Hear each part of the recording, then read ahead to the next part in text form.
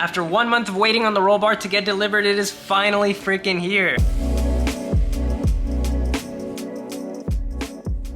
Unfortunately, this week I've been really busy, so I have not had a chance to install the roll bar, so that will come next week. However, I do want to address one thing that I talked about in last week's video, and that's the fact that these stock seat belts do not work with the Sparco brackets that I bought to install the Sparco seat. So what I'm going to do today is I'm going to try to fabricate a way to make the stock seat belts work with the Sparco brackets that I currently have, and see if I can make that work. I'll explain a little bit more of how I plan on doing that in just a second, but first I have to remove the Sparco seat so I can show you exactly what I mean.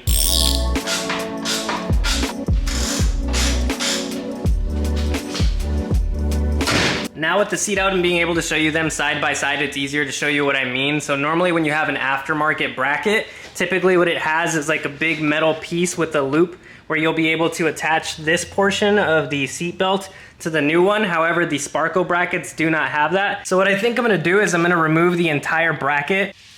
What are you doing, bro? What are you doing, bro? You're getting in my video. You're getting in my video. So what I think I'm gonna do is I'm gonna remove this entire portion, this whole bracket here, by removing these two bolts. And then I'm gonna drill 2 holes into the new bracket and try to fit the entire bracket onto the new one. If that works, then I'll be able to reuse the stock seatbelt and not have to worry about running harnesses. The reason why I don't wanna run harnesses is because there's gonna be 2 people driving this car. It's gonna be me and my friend Zoe, and it's gonna be kind of a pain in the butt if I have to adjust the harnesses every time we switch drivers. But as long as I'm running these stock harnesses, then we can literally just adjust it by pulling it, which is going to be so much easier. So let's see if I can get it done. I'm going to try to transfer that over, and yeah, we're going to drill some holes into the bracket. Hopefully I don't ruin it.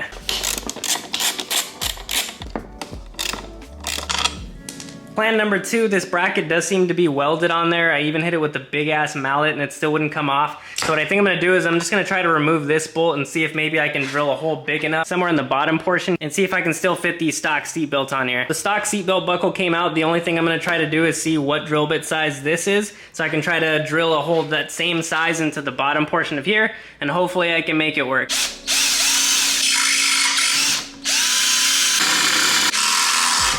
The hole didn't come out too pretty, but that's okay. It's gonna be hidden anyways. So now I'm just gonna install the new clicker using a new bolt and nut, and I can throw it back in the car. Everything is bolted back down, and honestly, it looks super OEM. Time to throw that back into the car, and then I'll let you know how that goes. The seat is now reinstalled, and I was able to get the factory seatbelt to work. I also ended up unbolting the factory seatbelt so I could run it through this loop. And now when you buckle up, you just have to run it through the other loop over here, and you can connect it to the factory clicker. Other than that, the seat is now installed, and the factory seatbelts do work as they're supposed to. Next week I will be installing the roll bar again. Sorry I wasn't able to do it this week, but next week, promise you guys, catch you in the next one.